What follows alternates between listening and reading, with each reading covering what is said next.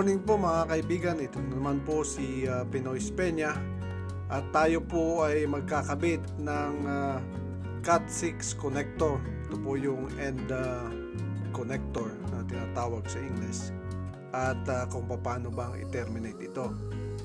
Matapos nyo pong alisin yung jacket ng ating Cat6 cable, atin pong paghiwalayin yung mga magkakakulay na wires. Ito po ay may solid blue, may white blue, may green na solid, may green white, at kailangan po natin paghiwalayin po yan. At atin naman pong isunod na diretsuhin po yung mga wires.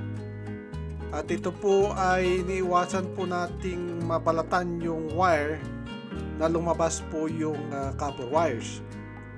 At pwede nyo pong gamitan itong klaseng gunting na ginagamit po natin o kaya daliri po lamang.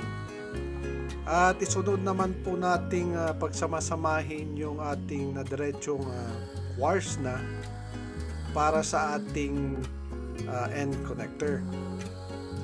At meron naman po itong standard na color coding.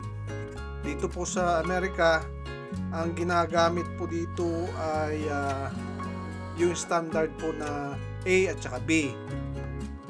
At yung A at saka B na color coding ay makikita nyo po sa Google.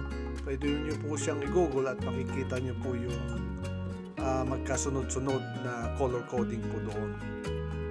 Dito nga po makikita nyo po ang diferensya ng ating diniretso muna yung ating mga wires para po mas madaling ipasok po mamaya ito doon sa end connector. At syempre po yung color coding na kung saan kayo naroon ay importante po yan dahil pag mali po yung ating color coding ay hindi po gagana yung ating connection.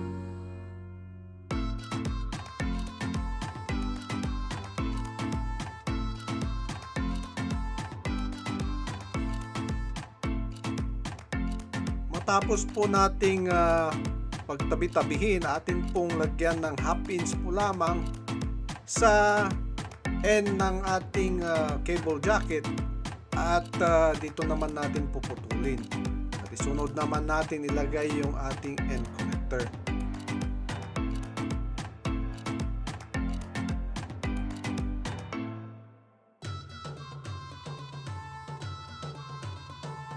Ito po ay tinutulak po lamang at sinisipat po doon sa ibabaw ng end connector kung umabot na po doon sa ating dulo. At ito po makikita nyo po doon sa ating end connector dahil clear naman po siya. Isabay naman natin itong ating crimper na gamitin ito. Turuin po ay standard na nabibili po sa mga hardware. At i-clip lang po ito ng isang beses at hindi po natin pwedeng doblehin. At lahat po ng ating mga koneksyon atin pong tinetest ito. Yung pagtetesting po nito ay nilalagay po yung receiver dito sa kabila at yung ating indicator ay doon sa kabila namang dulo nitong wires na nilalagay natin. At kung makikita nyo nga po na kung naka-on yung ating switch ay may nagpo-pulse po siyang red light. At dito naman sa ating kabilang dulo ng wires ay dito naman yung ating indicator na kung makikita natin itong wires natin o yung ating connection ay wala pong putol, wala pong short at tama po yung pagkaka-color coding natin. At tatandaan po natin na inon na po natin doon sa kabila. At ito po ang nakikita naman natin dito sa kabilang dulo. yung apat na green light na yan ay dapat po siyang mag-pulse din. Pero pag nawawala po ang isa sa kanila, ay ibig sabihin po noon ay open. At ganyan lang po ang pagtitest niyan. At syempre yung ating tester ay nabibili po natin sa local hardware store. O kaya naman po sa mga electrical o electronic store naman po ay meron po nito. At siyempre, pwede nyo naman pong orderin to sa online. At ito na nga po, makikita nyo po itong ating pagkakabitan ng ating cable ay sa data switch po, hindi na po sa ating router.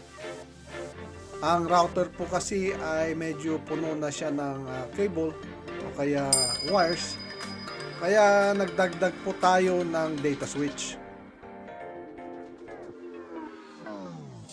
At kung gusto niyo ring malaman kung alin ang hindi nagagamit ditong mga wires, ay wala pong ilaw.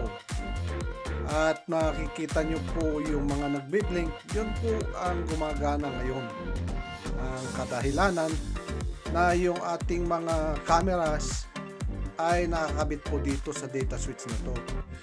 Ito po, yung ating data switch dito ay gigabyte. At makikita nyo nga po yung dalawang connector natin dito sa baba na mayroong cable pong dilaw ay nagpo-pulse po siya. Ibig pong sabihin yan ay meron pong gumagamit. Either meron pong naka-connect na computer o kaya yung ating mga cameras. Kaya po ang gagawin po natin dito yung mga hindi po umiilaw, dahil po ito ang main data switch, lilipat po lang natin ito doon sa kabilang data switch. Para manigurado lang tayo na yung cable na ililipat natin ito ay hindi naman po mawawalan ng internet yung pinanggalingan nito. O kaya naman po, pwede naman po nating troubleshoot kung saan po galing yung blue na ilinipat natin doon sa kabilang data switch. At dito naman po natin na isasaksak yung ating tinesting na cable. At alam po natin itong saksakan dito sa data switch na ito po ay gumagana. At yan po ang kabuuan ng ating paglalagay ng end connector sa ating Cat6 cable. At lagi pong nagpapasalamat si Pinoy Peña. At huwag niyo pong kalimutang mag-likes at mag-subscribe. Salamat po muli.